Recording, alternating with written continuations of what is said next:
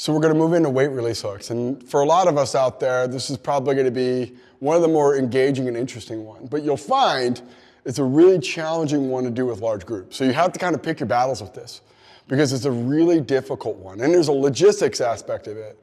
My advice would be make it as simple and easy to execute as you possibly can, especially if you're working with groups. If you're working one-on-one, you can go as crazy as you want. But you'll see this can get very problematic or challenging, and timing-wise, you might see some things go awry if you make it overly complicated. And I like to break it down into two different methods with weight release hooks. You have submaximal and supermaximal. In this video, we're going to go through submaximal, essentially meaning that we're working up to your max with whatever it is. Right? So, and that might sound like a misnomer of like, hey, this probably doesn't make sense. What I'm actually saying is submaximal bar on the weight, maximal weight when we have the weight release hooks. Remember, we're always going to be stronger eccentrically. Why we can do super maximal and putting more weight eccentrically with the weight release hooks is because we're stronger eccentrically.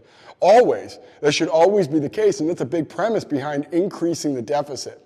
That we should be naturally stronger. We're just trying to right the balance of things that we do in the weight room by being so concentrically oriented. So as we start to utilize methods like weight release hooks, your first thought with, can I explain this to my group or the athletes that I'm doing with? Because you're going to be relying on them to execute on this.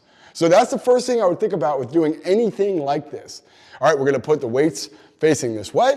When we go down, it should release, come off. We might need to adjust the height by putting some blocks underneath or adjust the height of the actual weight release hooks. Okay, great. Are we all on the same page? Let's warm up with a light weight, just empty, should look good, empty bar, right? We shouldn't need a ton of weight in a bar to be able to do this, right? So that's the first step.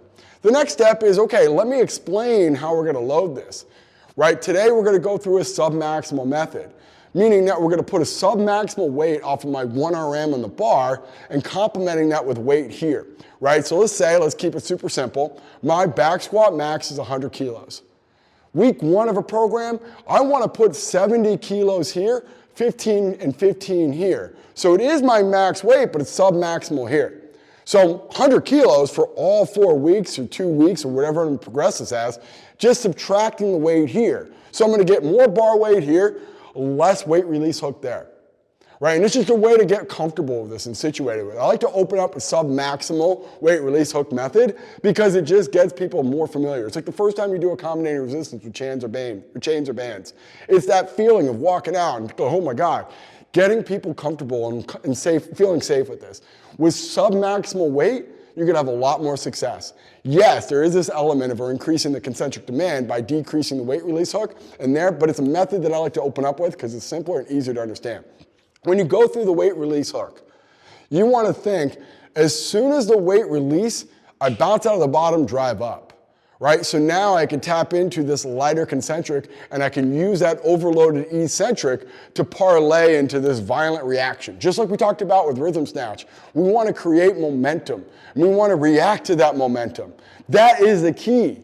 Is it starting to increase the deficit, increase my eccentric strength, it should relate to a better reaction. And we should see that with faster jumps off the plate.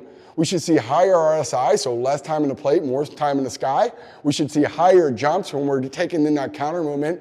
That's what we're looking for here. So when we set up here, okay, now I got my weight release hook set up.